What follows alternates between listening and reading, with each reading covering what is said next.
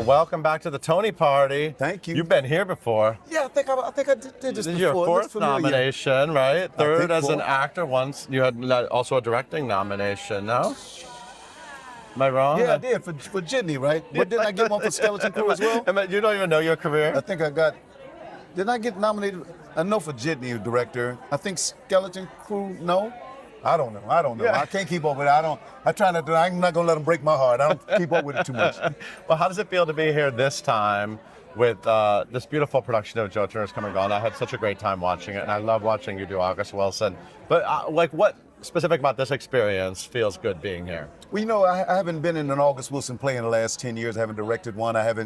Almost 10 years, I haven't been in one. And so it's like coming home again. Being with, one of my favorite writers, he and Dominique Morisseau and Kiara Hudes and Karen Zacarias. Those are my favorites right now. But August, I've been with the longest, almost 3 decades. What a feeling at this time in my career.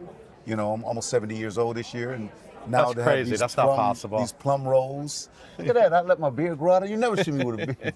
I gotta try to look older. It's shocking. I can't believe it. But yeah, just living in the words every night. Yes. I mean, and those characters. I mean, I'm in love with all these characters. The journey in the language. I love taking the journey in the language. And and the young folks hopefully they listen to how I take the journey. It's never, a lot of tone, a lot of valleys, a lot of boosts, a lot of bops, a lot of bounces, a lot of blues. And it's just a joy to get those words in my mouth and say them every night.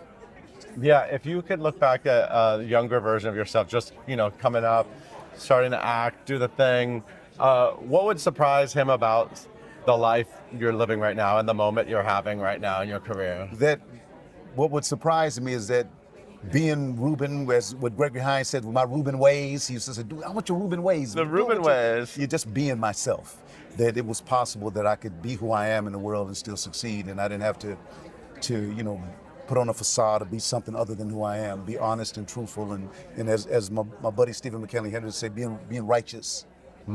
Just doing the right thing. And that doesn't always win. So that I'm proof that it does win. I don't mean awards, but in life.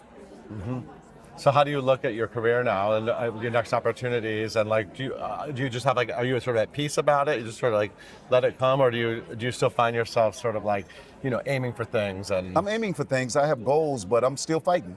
I'm still struggling. I'm still fighting for theaters, fighting for investments, fighting to do the work that I want to do.